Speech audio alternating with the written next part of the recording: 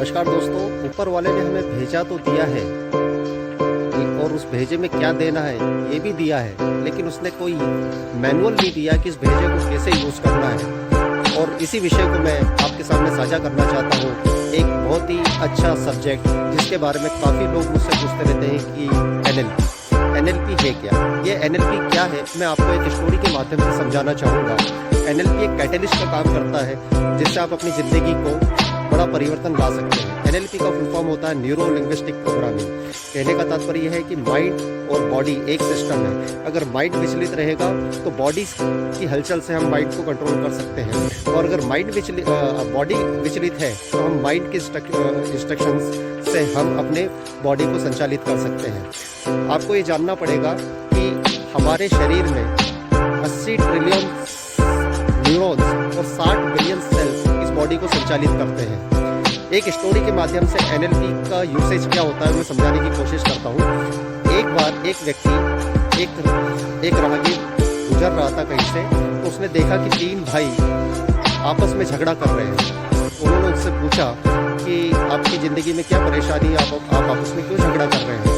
तो उन तीनों ने जवाब दिया कि हमारे पिता ने एक वसीयत छोड़ के गए हैं और उस वसीयत को लेकर हम तीनों में झगड़ा हो रहा है। तो उस व्यक्ति ने पूछा, बताइए क्या वसीयत मिलेगा। आधा हिस्सा मिलेगा घोड़ों का, और दूसरे भाई को मिलेगा 1/3 का, और तीसरे भाई को मिलेगा 1/9 का। लेकिन 17 घोड़े हैं तो हम बंटवारा आपस में नहीं कर पा रहे हैं। तो उस राहगीर ने बोला, चूँकि मैं वो घोड़े से ही गुजर रहा था वहाँ से, तो उसने बोला मैं इस समस्या का हल कर सकता हूँ। उन्होंने पूछा, बताइए कैसे कर सकते हैं। तो उसने जवाब दिया कि ये जो घोड़ा मेरे पास है इसको मैं आपको दे देता हूँ। तो टोटल घोड़े हो गए 18।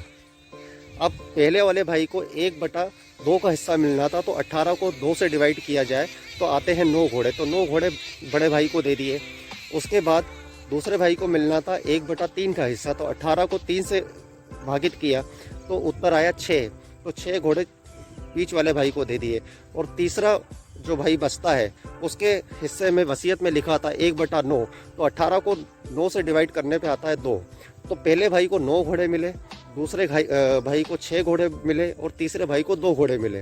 तो 17 का सॉल्यूशन हो गया। 9 घोड़े बड़े भाई के, बीच वाले भाई के 6 घोड़े, 9 और 6 हो गए 15, और छोटे वाले भाई के 2 घोड़े। तो टोटल 15 और 2 हो गए 17। तो इस राहगीर ने बोला कि जो घोड़ा मैंने आपको दिया था वो मुझे वापस दे दो, और आपका सॉल्यूशन हो गया है कि बड़े भाई को 9 घोड़े मिलेंगे, छोटे भाई को, बीच वाले भाई को 6 घोड़े मिलेंगे, और छोटे वाले भाई को 2 घोड़े मिलेंगे। कहने का तात्पर्य यह है कि एनएलपी कोई भी स्टेट परमानेंट नहीं रहती।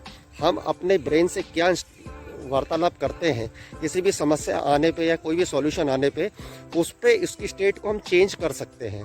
यही एनएलपी होता है। अगर आपको ये वीडियो पसंद आया है तो इस चैनल को सब्सक्राइब करें, शेयर करें। और मेरे चैनल का नाम है सिग्निफाई लाइफ विद संजीव। मैं एक वर्सेटाइल सेल्स प्रोफेशनल और एनएलपी कोच हूँ। धन्यवाद।